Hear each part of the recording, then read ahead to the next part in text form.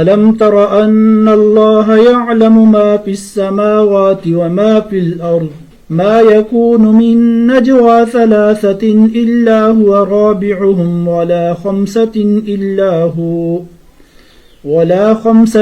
इल्ला हुवा सादिसुहुम वला अदना मिन ज़ालिका वला अक्सर इल्ला हुवा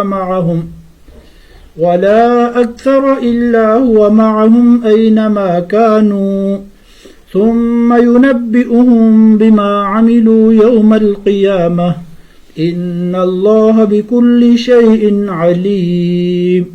Do you not see that Allah knows whatever is in the heavens and whatever is in the earth? There is no secret council of three, but He is the fourth of them, nor of five, but He is the sixth of them, nor less than that or more, but He is with them wherever they are. Then on the day of resurrection He will inform them of what they did.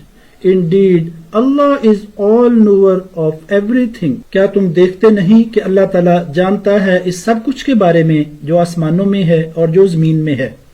नहीं होते कभी भी तीन आदमी सरगोशी करते हुए मगर इनका चौथा वो अल्लाह होता है, और नहीं सरगोशी कर रहे होते कोई पांच अफराद मगर इनका छठा वो अल्लाह होता है, और नहीं होते वो इससे कम यानी दो अफराद सरगोशी में मसरूफ, और ना इससे ज्यादा मगर ये कि वो इनके साथ होता है जहां कहीं भी वो हों.